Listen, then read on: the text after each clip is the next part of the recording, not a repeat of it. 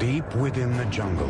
We're talking about a civilization discovered in the middle of a rainforest. Cryptic remains of a lost civilization, one that spanned a continent for more than 1,000 years. They definitely had attributes of the supernatural. They were the ancient Maya. Their rulers filled vast cities with sky-high pyramids, ornate palaces, and lavish plazas. They were masters of their environment. They were very resourceful in figuring out how to harness the energy, creating amazingly sophisticated works of art and engineering, and sustaining a civilization for 1,500 years. Then, after generations of prosperity and innovation, the ancient civilization collapsed, turning bustling cities into ghost towns to be reclaimed by Mother Nature.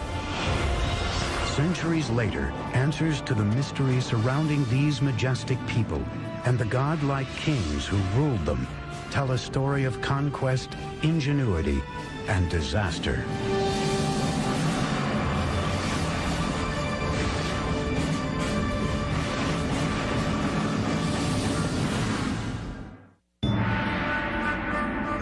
(869 AD), in the lowlands of the Guatemalan jungle, the Maya are becoming desperate. Food and clean water are dwindling. Thousands of people are starving. And malnutrition and disease are ravaging the population. The Maya no longer trust their divine rulers to appease their gods. Political turmoil plagues the kingdoms, and one by one, the great city-states are being abandoned. The ancient Maya civilization is crumbling. City after city, area after area begins to fail. Cities are abandoned, kings disappear, and what had been classic Maya culture really comes to an end. What happened to this great people? Even today, scholars are still mystified. We know that people began to disappear. The question is, how did that happen? The answer may lie in complex hieroglyphics known as the Maya Code. A hieroglyph is a complex way of conveying all the information that Maya people could think or express, and is the only example in the Americas of a complete, complex system of writing. Today, these cryptic symbols reveal a history of brutal warfare, larger-than-life rulers, and the rise and fall of an enigmatic people. Hi, I'm Peter Weller, and I'm standing on top of this beautiful temple deep in the rainforest of southern Mexico near the border of Guatemala, and this is the heart of the civilization of the ancient Maya. For years, archaeologists believed that the ancient Maya were peacefully separated into 40 or so independent city-states, each with their own dynasty of kings. For what we could tell, there seemed to be trade, communication, but there didn't seem to be any particular imperial aggression motivated by a thirst for land or power outside of a king's own territory. But in the last half-century, these theories are starting to fly in the face of a different story, because hieroglyphs like this one, the remnants of the ancient Maya's advanced writing system, are painting a whole new picture.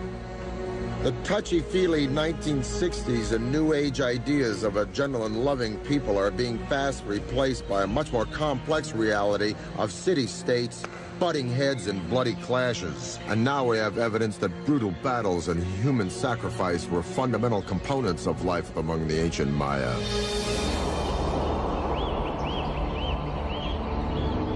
But the evolution of the Maya civilization into this complex network of city-states didn't happen overnight.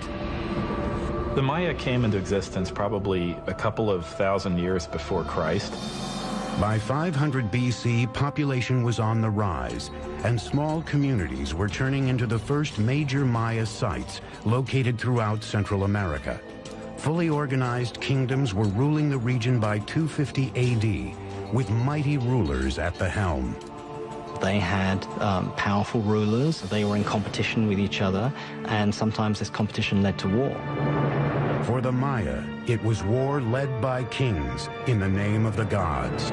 Maya kings were people like us, but for the Maya, they definitely had attributes of the supernatural. The price of devotion had brutal and sometimes deadly consequences. People owed a blood debt to the gods. It wasn't that they didn't regard human life or human blood highly. Quite the contrary. Human blood and human life was the most precious, the most sacred thing that could be offered to the gods in order to repay the blood debt that was incurred at creation. Bloodletting and human sacrifice dominated the king's strategic thinking. They picked allies and attacked neighbors, all with an eye on appeasing their deities and staying autonomous. Unlike Rome, in the case of the Maya, we're not dealing with one empire. Instead, we're dealing with a series of rival kingdoms. By the 3rd century AD, Maya civilization was flourishing. No one city ever succeeded in dominating all the others, but one seat of power was on the rise. Its name was Tikal. Tikal is one of the few cities that goes strong in the pre-classic period before the time of Christ, and then it just continues pretty much unabated all the way until the end of the classic period. This is a city that never really lost it. But in the 6th century, a rival power named Calakmul threatened Tikal's success. The Maya had these two great dynastic capitals, Calakmul and Tikal. Those two cities essentially locked horns. It's really Calakmul that seems to engage in this action in which they engineer alliances all the way around Tikal, essentially boxing in their enemy. It would be up to an ambitious and visionary leader to build a center of military power, one that would take on Calakmul. His name was Yakin Khan Kawil. He would construct one of the most iconic structures of the Maya, a pyramid that would stand the test of time, the Temple of the Giant Jaguar. The most valuable monument was one that took a lot of effort. So a big temple pyramid is an indication of your power, your strength, your prestige. It's a way of drawing people into your city because it shows what an awesome, powerful ruler you are. Building in semi-tropical environments with rudimentary materials was a unique challenge, especially when the goal was to build vertically using Stone Age technology. Most of the technology that we associate with big stone constructions were unknown to the Maya. They did not have beasts of burden. They didn't have metal tools. What the Maya did have was a virtually unlimited supply of malleable limestone and a great deal of manpower. Your labor was one of the things that you were required to give to the king on an annual basis. Blocks of limestone were quarried and then pushed, pulled, or carried by sheer force to the construction site. They used something that we call the tump line, and this is a rope that would pass around the forehead, and in that they could carry, literally at times, hundreds of pounds of debris. Level by level, the pyramid was built skyward. Wooden scaffolding supported the laborers and the structure as it expanded. Skilled masons shaped the limestone with stone tools and wooden mallets. Though the interior was filled with unrefined rubble, the exterior was deceivingly manicured, covered in a strong mortar known as Maya stucco, and painted red. Even though they knew of the wheel, even though they knew of metal, they elected not to make practical use of either of these things. And I think in part it was because in their worldview something was much more valuable if a lot of human labor went into it. At nearly 150 feet, the Temple of the Giant Jaguar emerged, facing west toward the setting sun. The ancient skyscraper would command the attention of all who set foot in Tikal's Grand Plaza as a symbol of power and redemption. But Yakin Khan Kawil's engineering marvel was just the beginning. In 736, Kawil had defeated his ultimate rival, Calakmul.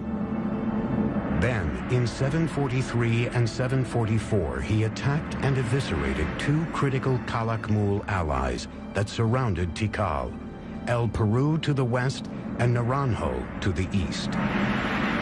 Finally, the suffocating noose that had once strangled Tikal was broken.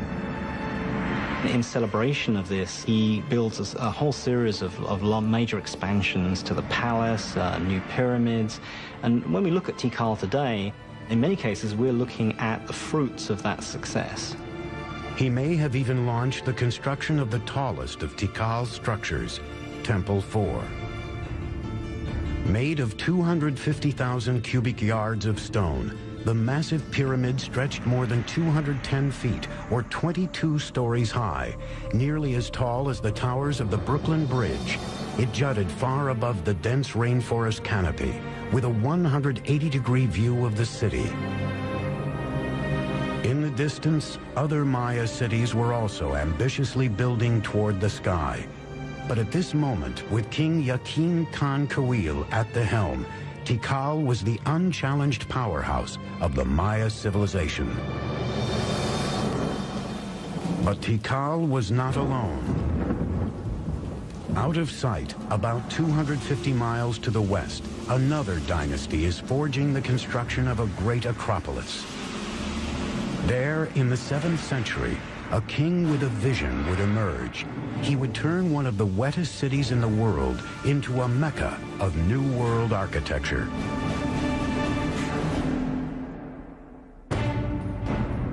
The view from the top of Temple 4 at Tikal was the backdrop for the Masasi temples in the movie Star Wars.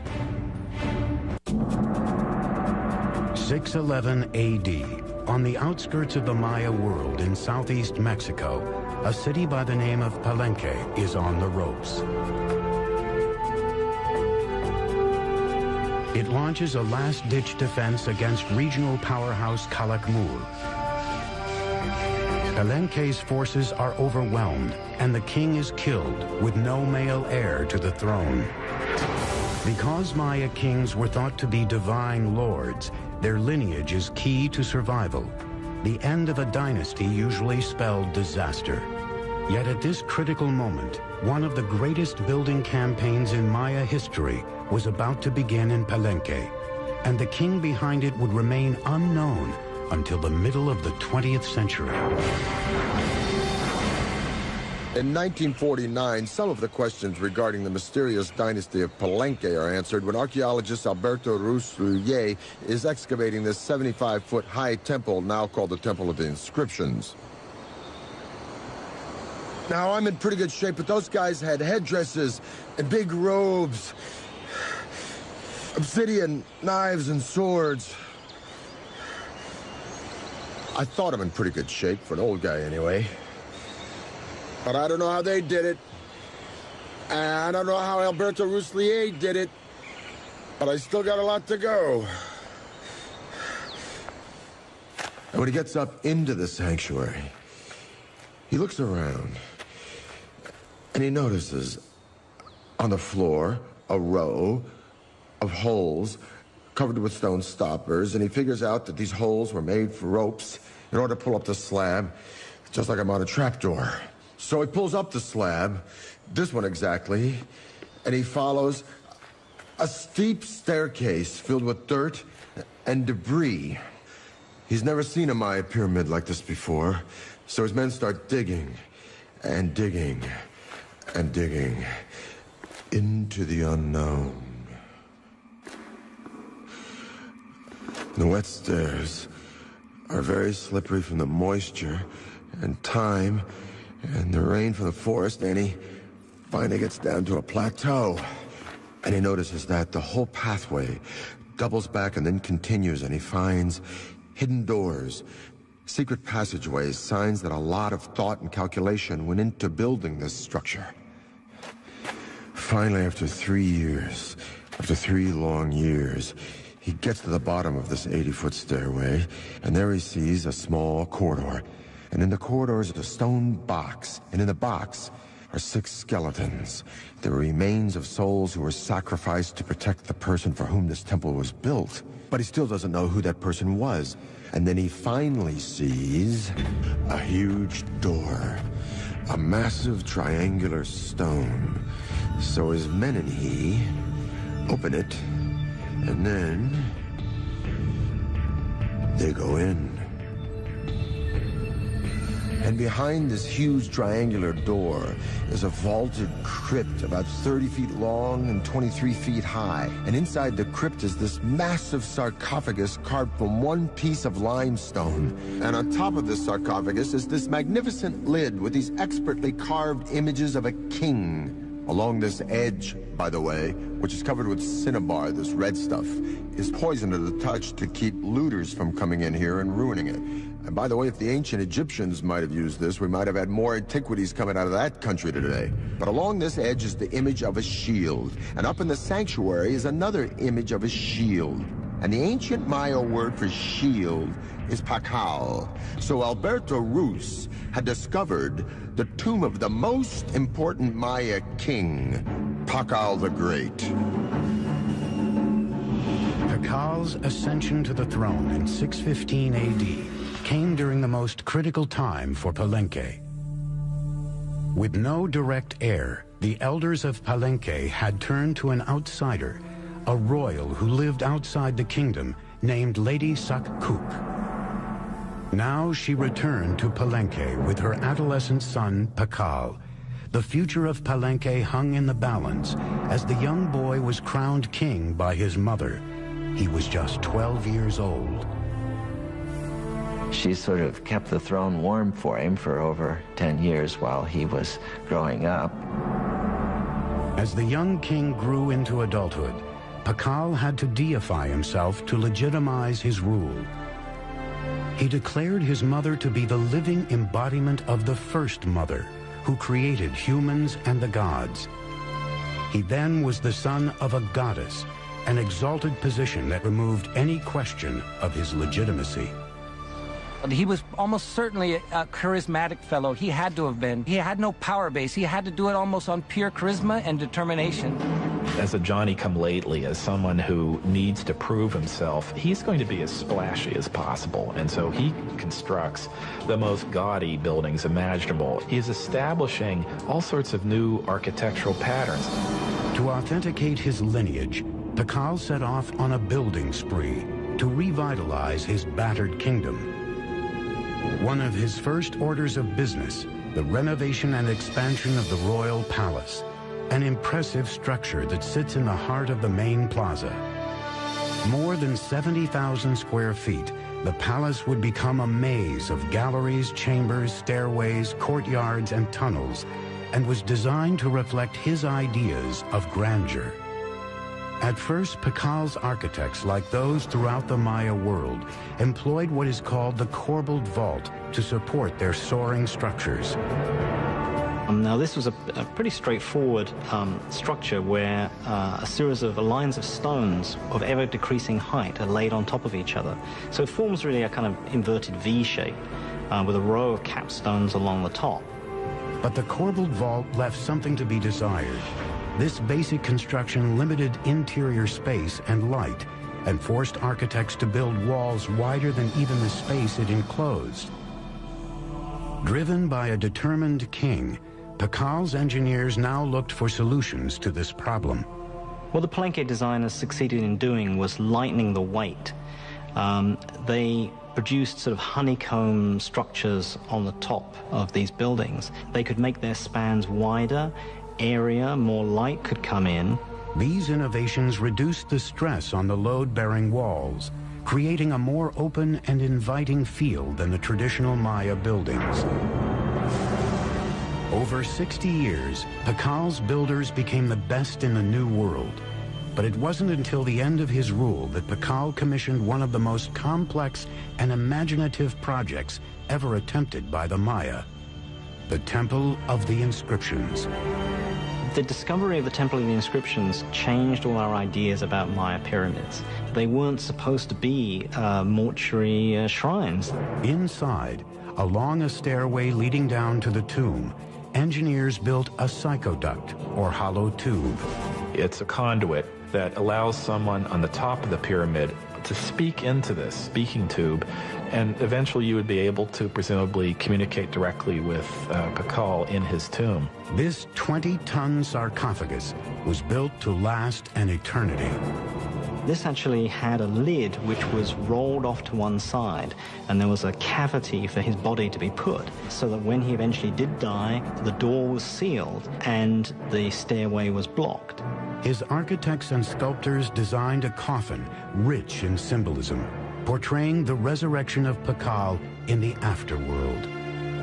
Royal scribes were ordered to draw a grid to accommodate 640 glyphs that would tell the story of Pakal's reign. Many Maya pyramids don't leave much textual record on them. The opposite is the case in the temple, the inscriptions. Everything about it, from these huge tablets on the summit to the information inside, proclaims that this is the final resting place of the founder of one of the great Maya dynasties.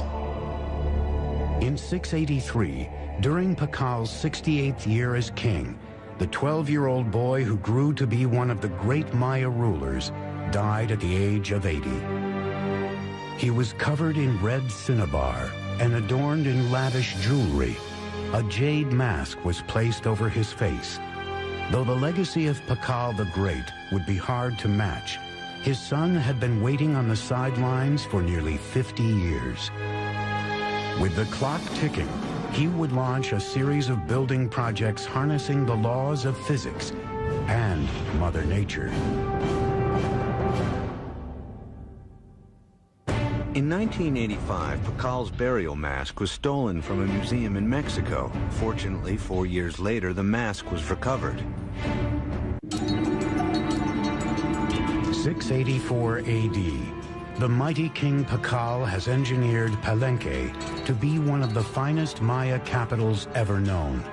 After 68 years on the throne, his body is buried in a tomb that rivals those built for the Egyptian pharaohs.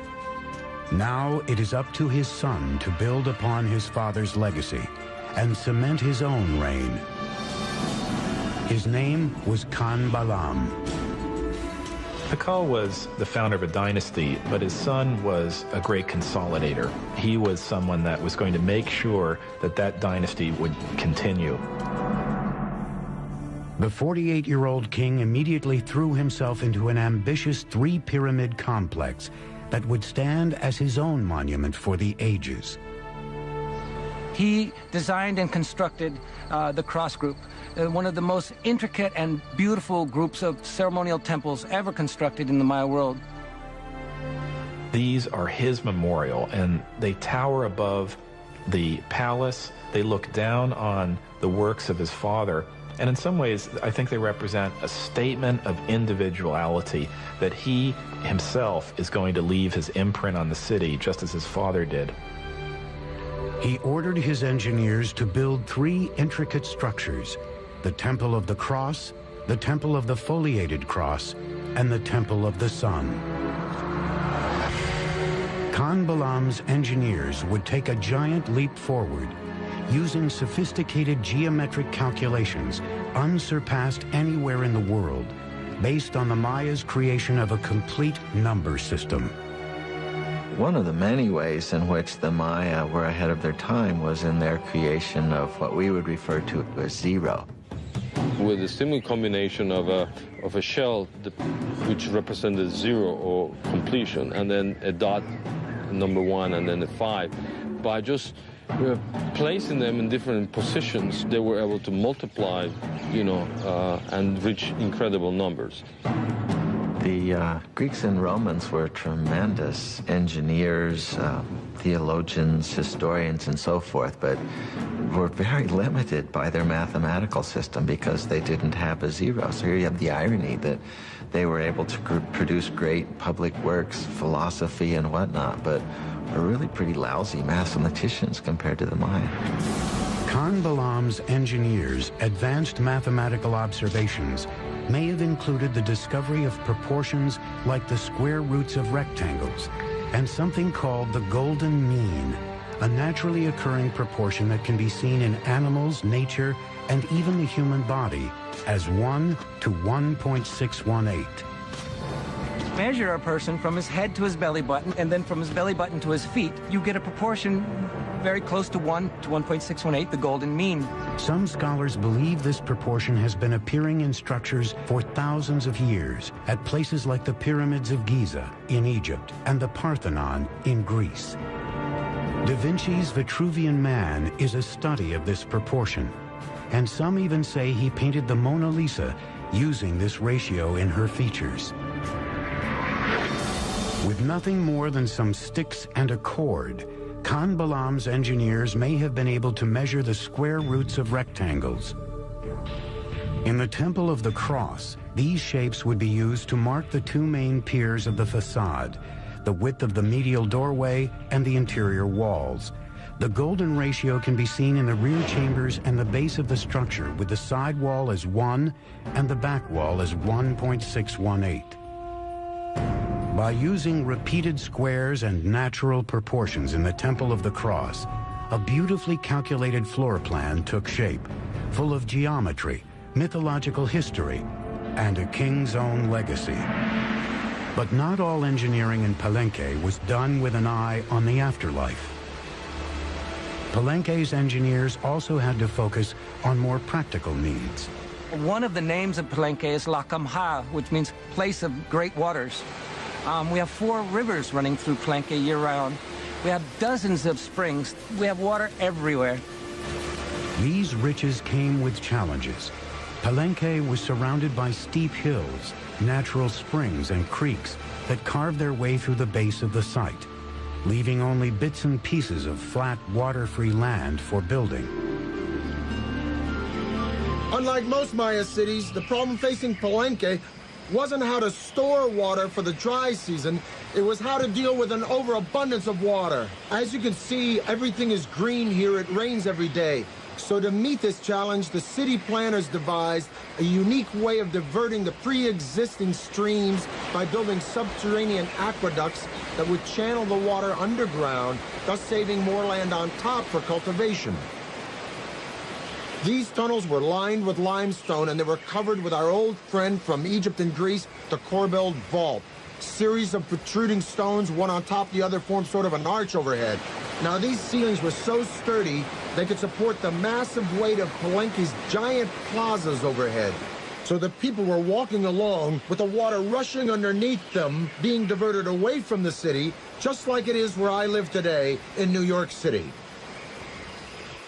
What's even more impressive is that there are signs that Maya engineers may have figured out a way to create water pressure. They built water tunnels that ran through the rugged terrain into the city, often directed uphill. As they got closer to the main structures, the pipes got incrementally smaller. Like Roman fountains, the water pressure gained momentum as it coursed through increasingly narrower tunnels, eventually allowing for running water throughout Palenque's buildings. We have beautiful systems of sweat baths and swimming pools and aqueduct. In its day, it would have rivaled any of the Roman aqueduct systems. We don't see this use of water pressure anywhere else, and it doesn't appear again until the Spanish bring the technologies with them.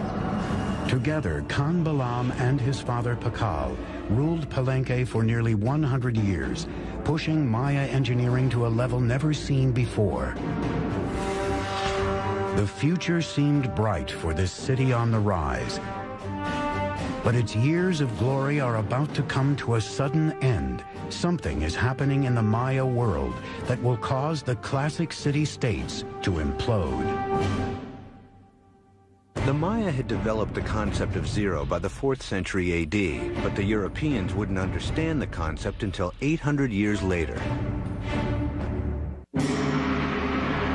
By the 8th century, Palenque, Tikal, and the other kingdoms of the Maya world were expanding across the continent.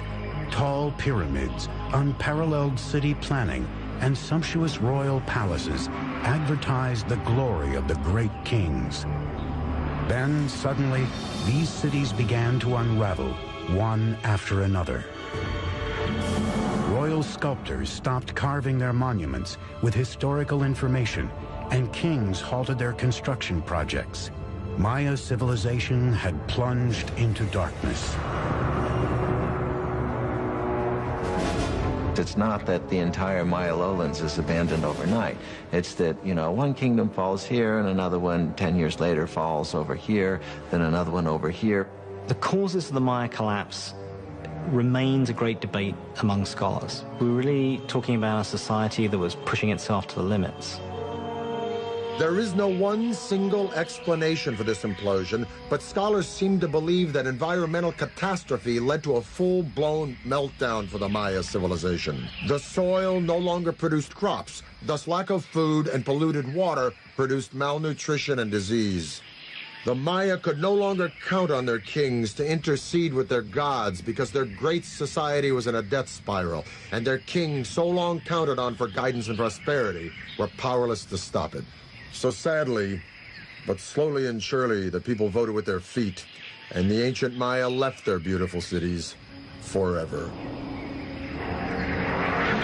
There were no signs of mass graves. They did not vanish.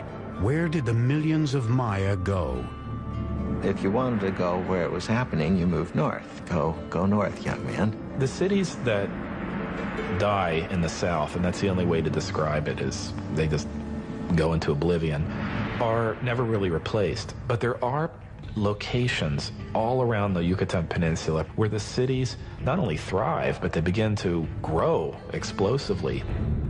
This growth was enhanced by an elaborate network of causeways called sakbes, or white roads. The sakbes weren't just local transport. They were emblems of the great political power of two allied cities that had the wherewithal to create this magnificent royal procession way between their two kingdoms. As much as 60 miles long in some places, they were a marvel of engineering. They would place huge rocks on both sides of the causeway and then filling whatever was in between with cobbles and unfinished rocks and the stones, and then they covered all this surface with stucco, nice plaster, and then upon it they created this smooth surface. In the Yucatan Peninsula, the sakbes often charted a course through the rough terrain in perfectly straight lines. It's not easy to cut a line 60 miles that doesn't deviate even a degree. I would really like to know what instruments they use. We have no record of it. These causeway systems allowed for rebirth, movement, and trade in the north. And it is there that the ragged survivors of the southern lowlands hope to find a second chance, in a Yucatan city called Chichen Itza. Chichen Itza came to be the largest and most powerful city from about 800 to 1050 or so that had a real knack of being a big tent. So it was a very cosmopolitan place, and I'm sure it traded handsomely on that reputation. One of the buildings unique to the site was El Caracol, an astronomical observatory. The Maya were obsessed with both time and the stars and spent centuries looking to the sky for answers. The Maya probably had something called a gnomon, which is a series of two crossed bars, and by looking at the intersection of those two bars, they would be able to focus on something. With just basic tools, the Maya were able to track the movement of the stars and planets and the passing of time. Like Stonehenge, this was a place where people could make solar and lunar observations. The staircase in the front of the building faced 27.5 degrees northwest, out of line with other structures, but in almost perfect alignment with Venus's most northerly position in the sky. It was closely aligned with the celestial bodies and occurrences, such as the movement of Venus and the solstices. In the higher tower of the building, 3 openings survive today. They are small, narrow, and irregularly placed, but they align along astronomical sight lines. In the Caracol, we can see in its orientations, in its peculiar displacements, in its odd alignment of buildings, a focus on what Venus was doing at the time. Venus is a kind of variable actor up there in the skies. Sometimes it moves in this direction, sometimes it moves in that direction. The Caracol seems to be about looking at Venus when it's come to the end of a certain kind of motion. This astute astronomical observation allowed the Maya to build their interlocking calendars that were more accurate than any other used in the ancient world. The Maya had two calendars, one ritual and then, the solar calendar that is very, very similar to what we use in the Western world. The Maya measured the solar year to be 365 days. Their measurements for the revolution of Venus and the occurrence of lunar eclipses were equally on target. In just 200 years, the Maya had achieved a rebirth in the wake of the catastrophic destruction of their southern cities. But now the North would face an even deadlier enemy, one that was capable of annihilating the Maya while leaving their cities intact. Chichen Itza is renowned for its well of sacrifice. It is said that humans and precious objects were tossed into the sinkhole as offerings to the rain god Chak. In the 9th century, the classic Maya cities suddenly and mysteriously collapsed, ending the era of greatest prosperity and growth. Rebirth in the north gave the Maya an opportunity to combine astronomy and engineering on an unprecedented scale. At Chichen Itza, signs of continuing obsession with the skies left a permanent mark on Maya architecture. The cornerstone of Chichen Itza was the 98-foot El Castillo, or the castle, built in the 9th or 10th century. The 365 steps equal the number of days in the Maya civil calendar. 52 panels on each side represented the Maya's 52-year cycle. 9 terraced levels equaled the 18-month Maya solar calendar. And the temple's axis was perfectly aligned so that specific shadows were cast twice a year. For any Maya standing and looking at the northwestern sector of the Castillo, they would see a balustrade and then a combination of shadows and the sun hitting that part just before sunset. And then several triangles form. And then at the very bottom of this balustrade, you have a nice carved serpent head, a snake coming down from heaven. And that is indicating the arrival of the rainy season. The Maya saw this phenomenon as a manifestation of the deity Kukulkan, the feathered serpent. The Mayas were able to actually record, the equinox. That day in the year where night and day, last the same. Every year, March 21st, you see the descent of Kukulkan. Surrounding El Castillo, the civic buildings took on a new characteristic: spaciousness, with a broad open plaza, temples, marketplaces, a ball court, and colonnades. So the colony hall not only housed the feasting events, but maybe individuals were brought into the plaza. The general public was probably invited, depending on the occasions, to come to the plaza and witness the arrival of this, traders, the merchants. Greek or Roman in appearance, these round columns were used as a new type of structural support and were an architectural first in the Maya world. The benefit of a column is that it allows you to create flat roofs. You're not investing all of your energy in creating stone buildings that are going to be containing corbel vaults, which may or may not collapse. The columns were simple in design. Round drums were placed one on top of the other, filled with rubble in between. A square section was placed at the top, and then flat rooftops made of stucco and wood were added to form expansive covered interiors.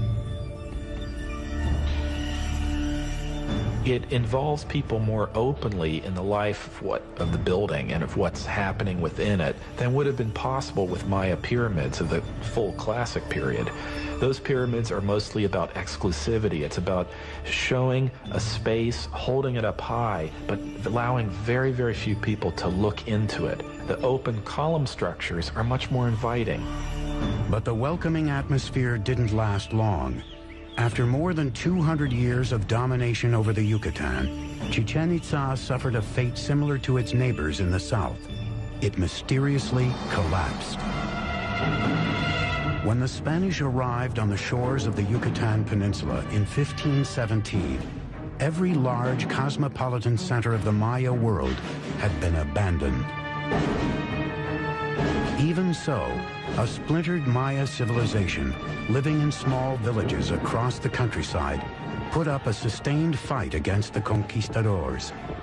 They proved difficult to conquer because rather than taking a king captive or an emperor, as they did with the Aztec, they had to conquer one village at a time. And once they moved on to the next village, there'd be one behind them that would then begin to rise and revolt. Maya warriors killed conquistadors by the thousands, but their weapons proved useless against a more potent enemy: disease. Within 100 years, 90% of the population of the New World was gone. The Maya who survived faced further persecution. Friar Diego de Landa had been sent from Spain to convert the Maya to Christianity, and he ruthlessly enforced his religious teachings.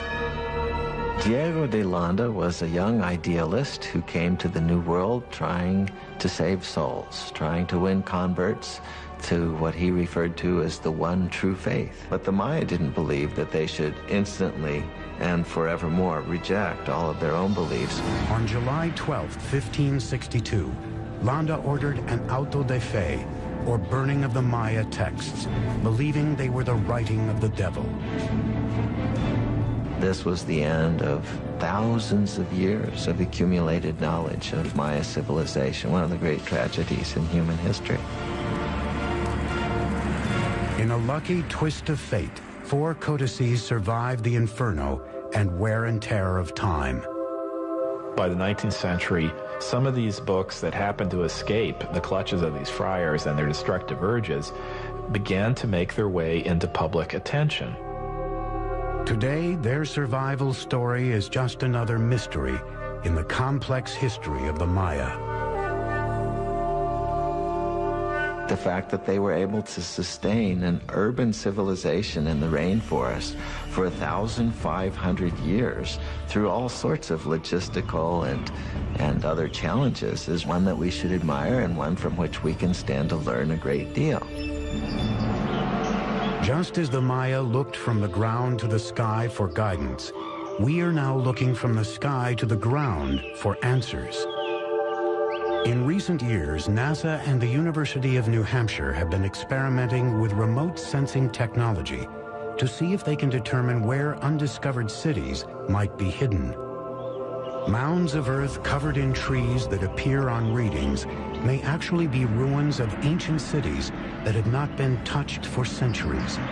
More answers to the Maya mysteries may be right beneath our feet. Maya archaeology is just beginning. There are innumerable cities, innumerable temples, innumerable settlements that we have not been able to study and excavate. I think we're entering a golden age of Maya archaeology, and I can only see in the next century a time in which this will become one of the best understood civilizations of the ancient world. We now know that the Maya were an innovative and creative and majestic people with their own particular taste for violence. But what is the real allure of the Maya? What is this mystique that draws generation after generation the world over to this complex and sophisticated civilization? Is it the architecture with its serene palaces and temples, or the intricacies of hieroglyphs and art in a complex writing system? Or is it the astounding comprehension of astronomy and mathematics with the concept of zero, unparalleled in antiquity? Or is it simply because these remarkable people carved entire cities, not just villages and towns, but magnificent cities right out of some of the most inhospitable landscape in the entire world? In the rainforest between Honduras and the Yucatan, there are literally hundreds and hundreds of Maya sites that are untouched. In Palenque alone, there are 1,500 buildings that lie unexcavated, including temples larger than that one. And if you consider the archaeological treasures yet to be found in cities like Tikal and Chichen Itza, I say, and I'm sure I'm not alone, that the real allure of the Maya, the real magic and mystique of this civilization, are the mysteries that still lie buried deep within this jungle. I'm Peter Weller for the History Channel.